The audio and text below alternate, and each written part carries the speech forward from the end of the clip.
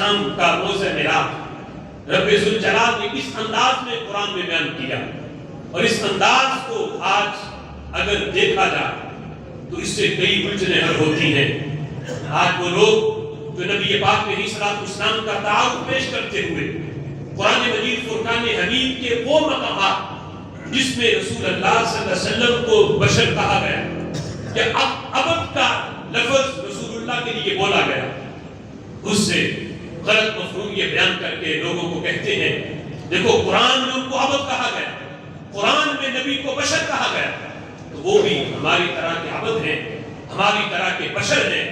تو رب ذوالجلال نے معجزہ معراج کو جب بیان کیا تو اس مقام پر نبی کا تعارف لفظ عبد سے کروا کے یہ بتایا کہ میرا نبی صرف نورانیت میں ہی بے مثل نہیں ہے، میں نے اپنے نبی کو بشریت اور عبدیت میں بھی بے مثل بنایا ہے۔ سبحان اللہ۔ اللہ فرماتا ہے سبحان الذی اسری بعبدہ، پاک ہے وہ ذات جس نے اپنے بندے کو سیر کرایا، بعبدہ بولا، پاک ہے وہ ذات جس نے اپنے بندے کو سیر کرایا۔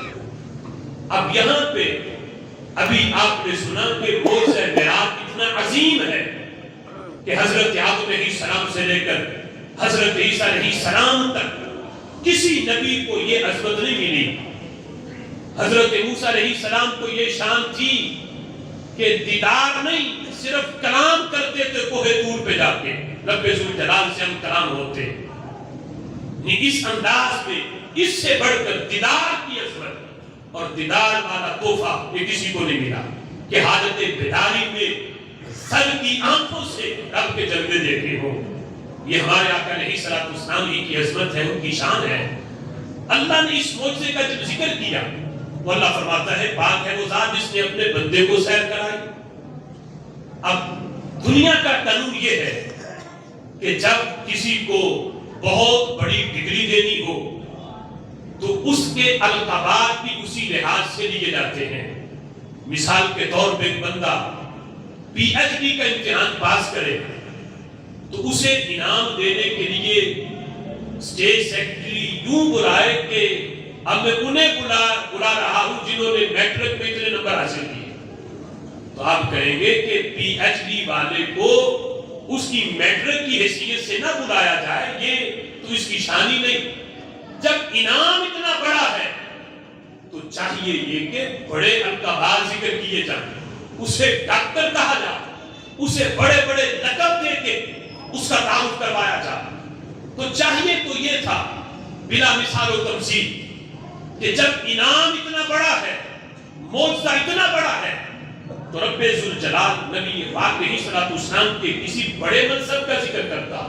ایک ہے ہمارے نبی کا عبد ہونا، اور ایک ہے ان کا نبی ہونا، ایک ہے ان کا رسول ہونا، اور ایک ہے ان کا رب کا محبوب ہونا۔ سبحان اللہ۔ جب انعام بڑا ہے تو اللہ یوں فرماتا پاک ہے وہ ذات جس نے اپنے محبوب کو سیر کرایا، یا یوں فرماتا پاک ہے وہ ذات جس نے اپنے رسول کو سیر کروایا، جس نے اپنے نبی کو سیر کروایا۔ نہ محبوب کہا، نہ رسول، نہ نبی۔ اللہ فرماتا ہے پاک ہے وہ ذات جس نے اپنے بندے کو سیر کرایا۔ تو عبد کا لفظ یہاں کیوں بولا گیا؟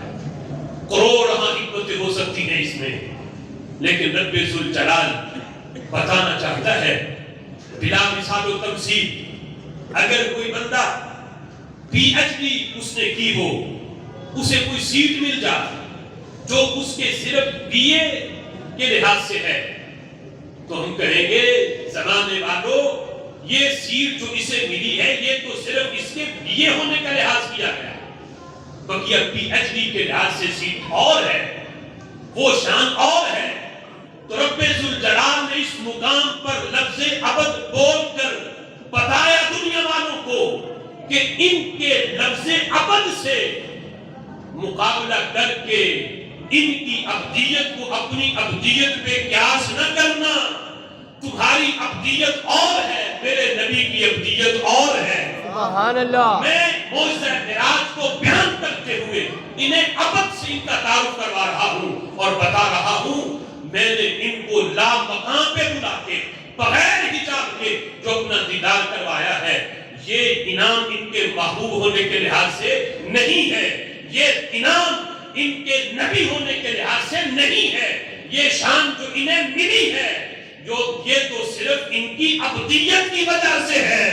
مقام نبوت اور مقام رسالت والی شانیں تو اس سے اونچی ہے، جن کی عبدیت اس درجے کی ہے کہ انہیں لامقام پہ بلا کے بغیر حجاب کے اپنا دیدار کروایا جائے، ان کا مقام نبوت اور رسالت کتنا اونچا ہوگا۔ سبحان اللہ۔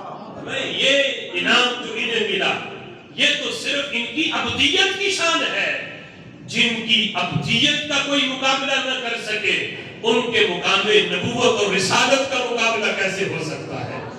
تو اس مقام پر رب ذوالجلال نے لفظ عبدیت کا استعمال کر کے بتایا، لوگوں تمہاری عبدیت اور ہے، تمہاری عبدیت تو گلیوں میں چکر لگاتی ہے، اور میرے نبی کی عبدیت عرش پہ بھی جا بیٹھتی ہے۔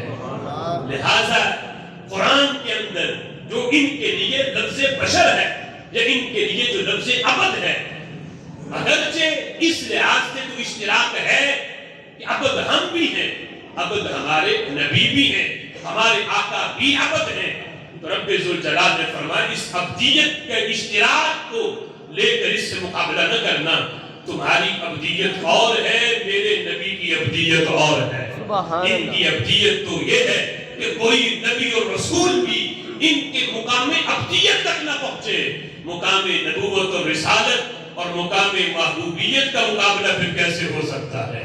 سبحان اللہ۔